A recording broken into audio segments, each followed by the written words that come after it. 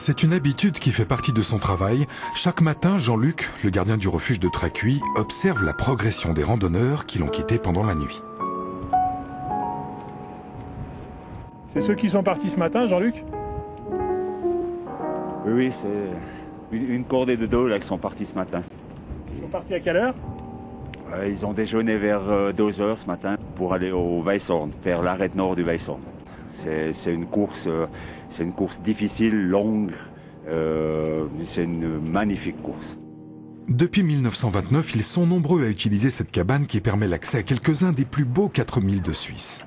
Mais avec le temps, elle est devenue trop exiguë. Il fallait donc repenser complètement l'endroit. On vit le mieux qu'on peut, c'est pas toujours évident, c'est pas toujours facile, c'est quand même exigu.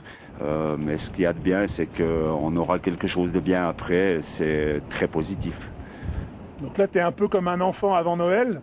Il y a ton cadeau qui est en train de se construire juste derrière. Exact, ouais, ça c'est quelque chose de vraiment merveilleux. Comme chaque lundi, depuis le début des travaux, les ouvriers du chantier quittent le village de Zinal pour passer une semaine en altitude.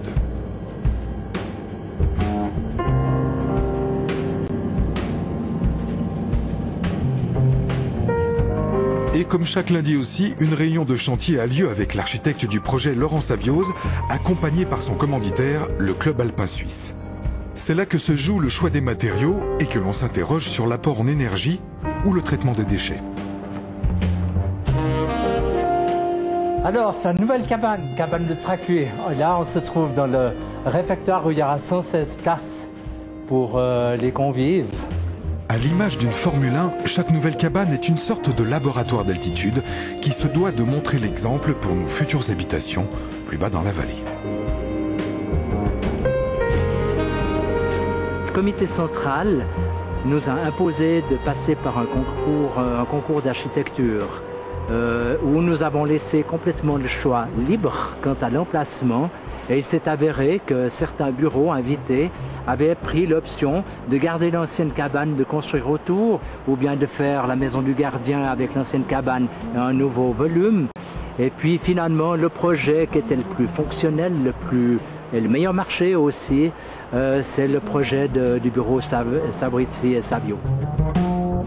Place donc à un vaste espace à l'allure futuriste, en équilibre sur la falaise, un bâtiment que certains n'hésitent pas à considérer comme presque trop confortable et luxueux.